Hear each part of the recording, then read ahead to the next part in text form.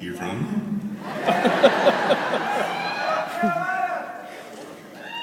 You been to Marshville? Close enough. Ain't it something?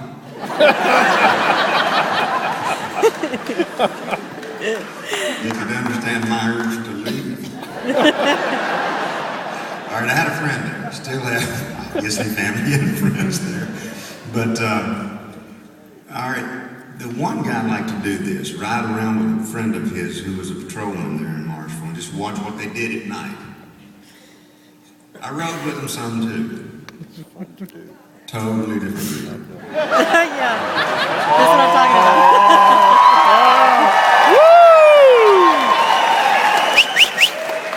You count on this, at least count on this, I'll always be honest with you, it's a whole lot easier to remember.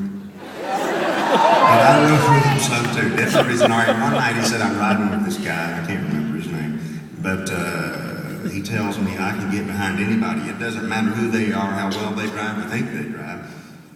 I'll follow them just a few miles and they'll do something worthy of pulling them over for. He said, well, all right, go ahead, prove it. So we get behind this car and said, this guy, for the better part of 30 minutes, never did anything wrong, right? Tires on the white line, stopped at every stoplight, stop sign, there's only one light, signaled a lot of them too. And said, finally, the patrolman said, you know, I've never seen anything like this in my life. I think I'll pull him over and just tell him how good a driver he is.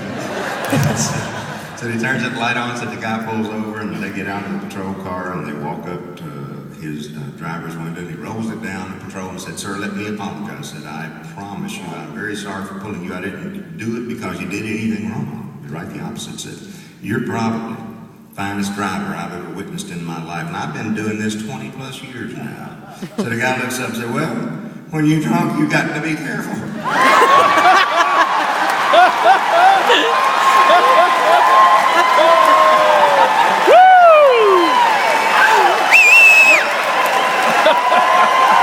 That's for damn sure. Naturally, that leads us into this next song. Brad Paisley was nice enough to come into the studio. I've known him since the first year. What a nice man. He really is, and a phenomenal player, writer, and singer. And he came in, and he was about to record this song, but we kind of beat him to it, so he liked it.